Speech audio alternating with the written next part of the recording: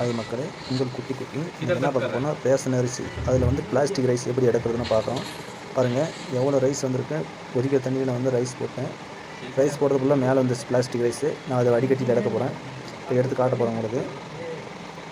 பாருங்கள் ரேஷன் கடையில் இப்படி தான் வந்து பிளாஸ்டிக் ரைஸ் வந்து மிக்ஸ் பண்ணுறாங்க. உங்களுக்கு தெரியாது, மேலே கண்டிப்பாக மிதந்து வந்துச்சுன்னா அது பிளாஸ்டிக் ரைஸு. பாருங்கள் மிதந்ததெல்லாம் எடுத்துட்டேன். பிளாஸ்டிக் ரைஸு இன்னும் இருக்குது, ஃபுல்லாக இருக்குது. ரேஷன் அரிசியில் இந்த மாதிரி கவர்மெண்ட் அரிசியில் பாருங்கள். கண்டிப்பாக நீங்களும் சாப்பாடு ரைஸ் பண்ணாங்கன்னா கண்டிப்பாக மேலே வரும். தண்ணி கொதிக்கும் போது போட்டாங்கன்னா கண்டிப்பாக அந்த ரைஸில் மேலே வரும். வடிகட்டியில் எடுத்துருங்க. நான் அதை வந்து பாலோ பண்ணுற பாருங்கள், உண்டை பிடிக்கிற பாருங்கள். அந்த பால் உண்டை பிடிச்சி காட்டுறேன் பாருங்கள். உண்டை பிடிச்சி வச்சுட்டேன். இப்போ நான் கையிலையும் எடுத்து காட்டுறேன் பாருங்கள் எப்படி இருக்குன்னு. பாருங்கள் இதுதான் பிளாஸ்டிக் ரைஸு. இதெல்லாம் சாப்பிட்டா வந்து கேன்சர் வரதுக்கு வாய்ப்பு உண்டு. அதனால் பார்த்துக்கோங்க, முடிஞ்ச வரைக்கும் இது தவிருங்க. எடுக்கிறதுக்கு இப்போ ட்ரை பண்ணுங்கள். கவர்மெண்ட் அரிசியில் இப்படி தான் வரும். பாருங்கள் பால் மாதிரி எகிறதுலாம் போட்டு பாருங்கள். உங்களுக்கு தெரியும் பாருங்கள் எப்படி எகிறதுன்னு.